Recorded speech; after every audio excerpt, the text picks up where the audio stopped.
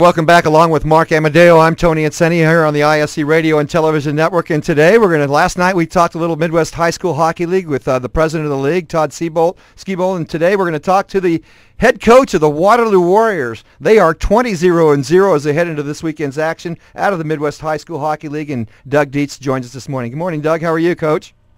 I'm doing well this morning. All right. Well, I got to say one thing first of all. I hope we don't jinx you by bringing you on here with this outstanding start. But regardless, boy, 20-0. What a way to start the Midwest High School Hockey League season. And it's been a great run so far.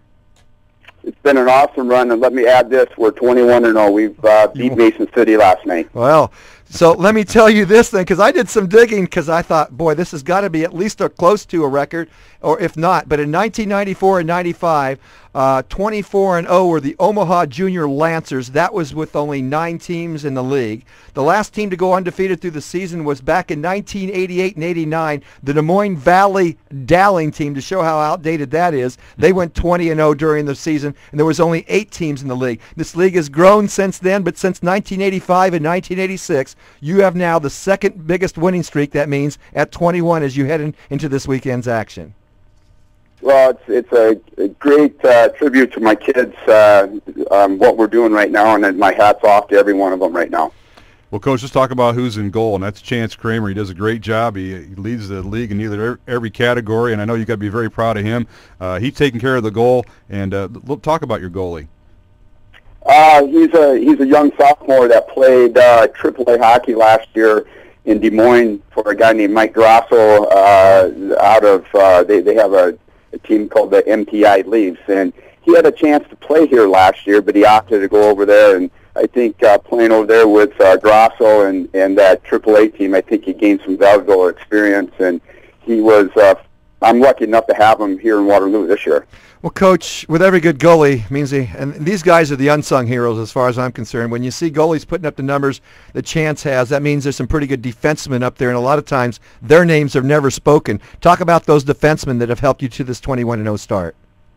Well, if you look at my roster, I got 5 of the biggest defensemen in the league, and I would think probably if you look at the USHL roster, I think these guys match with some of the USHL guys. I got all my defensemen, my starters, are over 6'2", the tallest being a 6'5" and a 6'6" guy. Wow. And can you name those guys off for some recognition for him, Coach? Yes, Rhodes Dolan, he's 6'4", Alex Schutte, he's 6'5", Sean Cavanaugh, he's a 6'4", Colin Brecker, he's 6'2", and Tim Brown, he's 6'5". Again, 20-0, the Eastern Division leaders, and this weekend a good test coming because the Western Division leaders come to town, and those are the Des Moines Oak Leafs. A lot of tradition there with Des Moines. Of course, the Warriors just 2 years removed from a Midwest High School League championship after the Des Moines Oak Leafs and the Des Moines Capitals kind of controlled things for a while. Waterloo and Quad Cities kind of changed things, and now we've got a big battle, and this weekend you host the Des Moines Oak Leafs on Saturday and Sunday. Yeah, there's some great tradition down in Des Moines, and Waterloo has some great tradition with this hockey. And the coaches that used to coach the Warriors in a few years ago, Sean Winky, really got some things going here and turned around the corner for Waterloo hockey again. And I'm fortunate now to take the reins over, and we're starting to run with it. Oh, go ahead, Mark. Yeah, once again, we're talking with Waterloo Warriors hockey coach Doug Dietz here on the Iowa Sports Connection radio and television show, and they're in first place, 21-0 after the win last night over Mesa City, which surprisingly, Coach, I'm surprised you played that game with the weather. We had a lot of cancellations up in your neck of the woods. Well, I think hockey people are a little like duck hunting people. We're a little bit crazy, and we don't like to give up any opportunity to play, but you know, I take my hat off to Mark Hicks over there in Mason City. They loaded the bus about 3 o'clock, he said, and hit the road with expectations of that being about a 2.5, 3-hour bus ride. And he said it was just like riding down the summer highway. Well, that's great. And Coach, you know, we talked about your goalie, Chance Kramer, having an outstanding year, and just a sophomore, so folks will get an opportunity to see him for a few more years. But talk about your different lines. Obviously, in hockey, you've got several lines, and there must not be much drop-off because you can keep putting pressure on your opponent game in and game out, especially when you're averaging nearly 5 goals a game.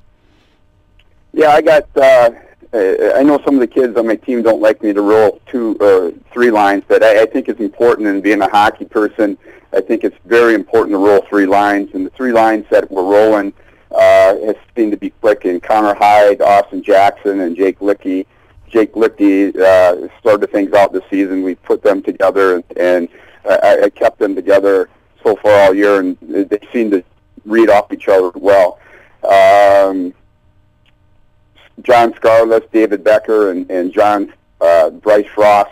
They're starting to figure out each other and where they're at and on the ice, and sometimes they don't even need to talk, but I think they need to learn to talk a little bit more amongst each other and scream on the ice to get to talk to each other. And my third line, I got a couple of young freshmen, Bo Cook and Sam Richter, along with I spot and Jacob Sessler, but then I'll spot Lee Jensen in there, and that line has really been a surprise to me. They're almost the guys that have really kept us in a lot of games. I know a few times in Des Moines this year that line of Sessler, Richter, and Cook really helped us kind of rest our top two lines, and they really battled for us, and I see great things from that line tonight.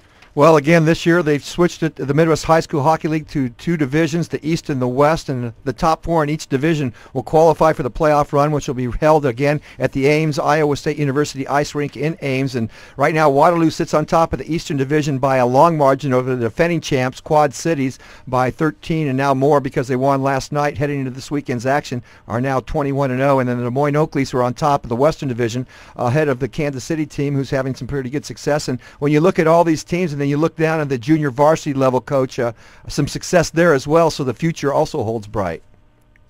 Yes, my two assistants, Mike Lamb and Joey Giacchino, both are Waterloo guys, and actually Mike, I'll throw a little dig at Mike here on the radio. He's a cousin of mine, and he taught me how to play hockey years ago, but he does a great job with that JV line or JV team, and Joey's a young coach in his first year of coaching, and he's played the game, and he's learning how to deal with the kids and the atmosphere in the locker room, and those young kids they're learning, and they just need to mature.